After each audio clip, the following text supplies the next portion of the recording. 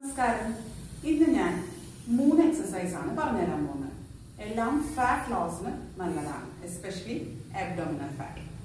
ആദ്യത്തേത് ഭുജംഗാസനം. ഭുജംഗാസനത്തിൽ നമ്മൾ ചെയ്യുമ്പോൾ കൂടുതലും പ്രഷർ വരേണ്ടത് അബ്ഡോമിനൽ ഭാഗത്താണ്. അപ്പോൾ ജസ്റ്റ് അതൊന്ന് നോക്കാം.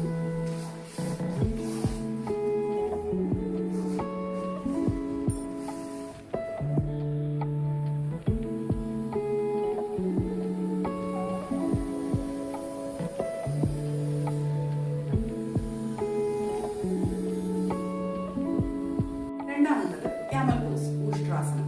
അപ്പോൾ നമ്മുടെ പ്രഷർ വരുന്നത് ലോവർ അബ്ഡോമിനൽ റീജിയനിലായിരിക്കും.